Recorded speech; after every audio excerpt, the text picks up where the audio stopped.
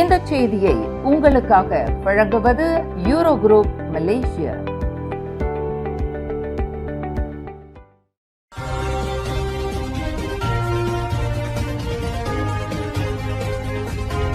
வணக்கம். திசைகளின் 5 மணி செய்திகள். 1MDB ஊழல் வழக்கு. மலேசியாவிடம் $1.37 பில்லியன் மதிப்பிலான சொத்துக்களை ஒப்படைத்தது அமெரிக்கா.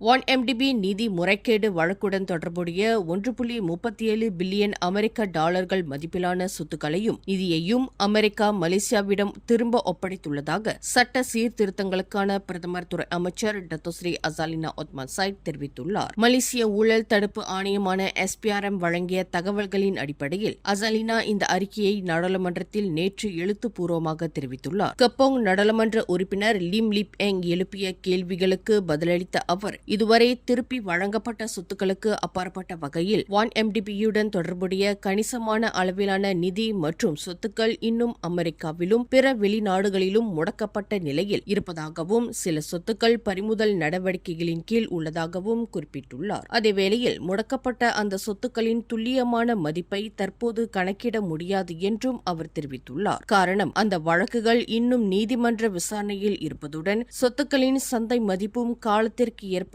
மாறுபடுவதால் அவற்றின் இறுதி மதிப்பை தற்போது உறுதியாக கூற இயலாது என்றும் டத்தோஸ்ரீ அசாலினா ஒத்மான் சைட் விளக்கம் அளித்துள்ளார்.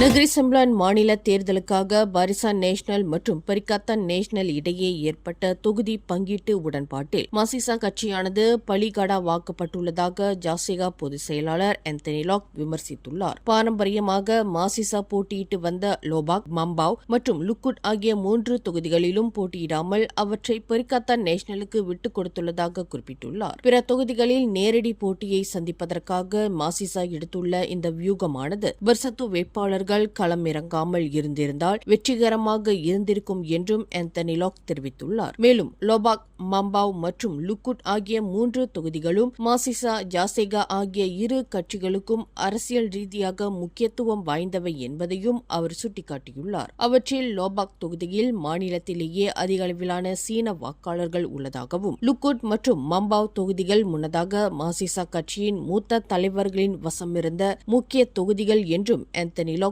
குறிப்பிட்டுள்ளார். இந்நிலையில் தொகுதி பங்கீட்டில் கூட்டணி கட்சிகளுக்காக இவ்வளவு தாராள மனப்பான்மையுடன் இருந்த மாசிசா தலைவர் விகா சியாங்கிற்கு நன்றி தெரிவித்துள்ள ஆந்தனி லாக், அவர்கள் இடத்தில் ஜாசிகா இருந்திருந்தால் இவ்வளவு தாராள மனப்பான்மையுடன் இருந்திருக்காது என்றும் கிண்டலாக தெரிவித்துள்ளார்.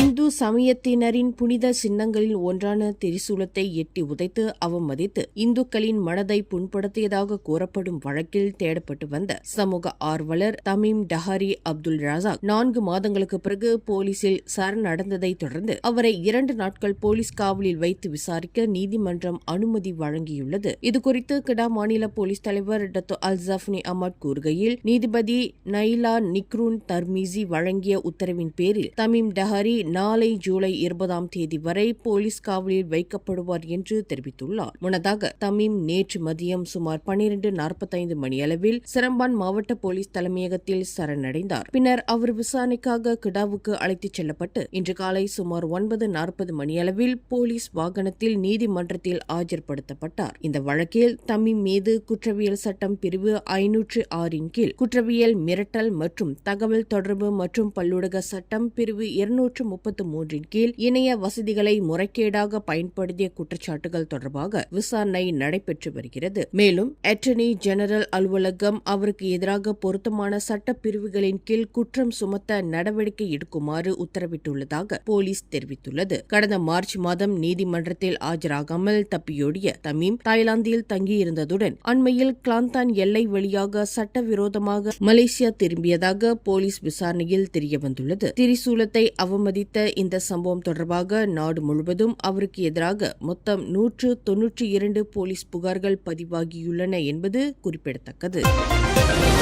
வரும் ஆகஸ்ட் 1ஆம் தேதி நடைபெறவுள்ள 16வது நெகிரி செம்பிலான் மாநில தேர்தலை முன்னிட்டு கடந்த ஜூலை 18 முதல் பெறப்பட்ட 19 தேர்தல் பிரச்சார பொதுக்கூட்ட நிகழ்ச்சிகளுக்கான அனுமதி விண்ணப்பங்களுக்கு போலீசார் ஒப்புதல் வழங்கியுள்ளனர். இதுகுறித்து மாநில போலீஸ் தலைவர் டத்தோ அல்சப்னி அஹ்மத் கூறுகையில், அனைத்து விண்ணப்பங்களும் நிர்ணயிக்க நிர்ணயிக்கப்பட்ட நிபந்தனைகளை பூர்த்தி செய்ததை அடுத்து அனுமதி வழங்கப்பட்டதாக தெரிவித்துள்ளார். அதேவேளையில் அனைத்து கூட்டங்களும் சட்ட விதிமுறைகளுக்கு உட்பட்டு நடைபெறுகின்றனவா என்பதையும் பொதுமக்களின் பாதுகாப்பிற்கு இணங்க உள்ளனவா என்பதையும் போலீசார் தொடர்ந்து கண்காணிப்பார்கள் என்றும் அவர் குறிப்பிட்டுள்ளார். இதனிடையே தேர்தல் விதிமீறல்கள் தொடர்பாக இதுவரை ஒரே ஒரு போலீஸ் புகார் மட்டுமே பெறப்பட்டுள்ளதாகவும் அது குறித்து இதுவரை எந்த விசாரணை ஆவணமும் திறக்கப்படவில்லை என்றும் டத்தோ அல் ஜஃப்னி அமட் தெரிவித்துள்ளார்.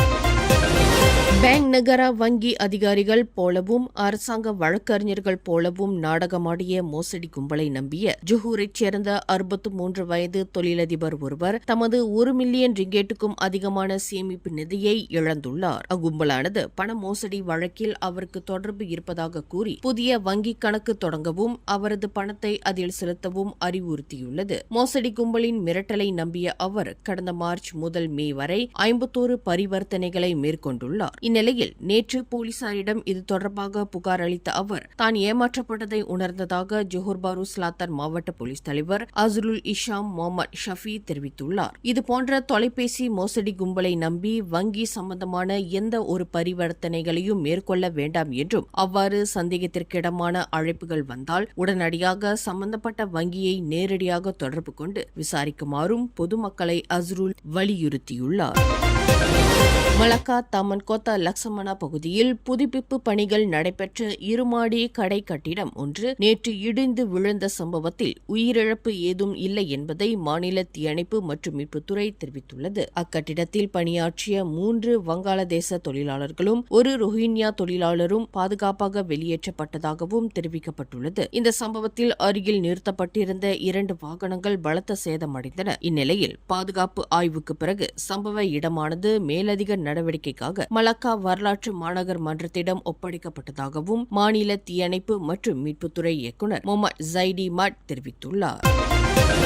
கோலாலம்பூர் ஜலன் துன் ரசாக் சாலையில் டூவர் ரெசிடென்சி குடியிருப்பின் முன்பகுதியில் சிங்கப்பூர் தூதரகத்திற்கு அருகே நேற்றிரவு சுமார் 10:20 மணியளவில் மரம் ஒன்று முறிந்து விழுந்ததில் அவ்வழியே காரில் பயணித்த ஒருவர் உயிரிழந்தார். இதுகுறித்து டங்வாங்கி மாவட்ட போலீஸ் தலைவர் சசாரி அடாம் கூறுகையில் உயிர் இழந்தவருக்கு 2 கைகளிலும் பலத்த காயங்களும் மார்பு பகுதியில் உள் இரத்த கசிவும் ஏற்பட்டதாக தெரிவித்துள்ளார். காயமடைந்த அவர் கோலாலம்பூர் மருத்துவமனையில் சிகிச்சை பெற்று வந்த நிலையில் இன்று அதிகாலை 4 மணியளவில் உயிரிழந்தார். இந்த விபத்தில் மேலும் ஒரு வாகனத்தின் மீது மரம் விழுந்ததில் அதில் பயணித்த 7 பேருக்கும் லேசான காயம் ஏற்பட்டதாக கூறப்படுகின்றது. அவர்கள் தற்போது கோலாலம்பூர் மருத்துவமனையில் சிகிச்சை பெற்று வருகின்றனர்.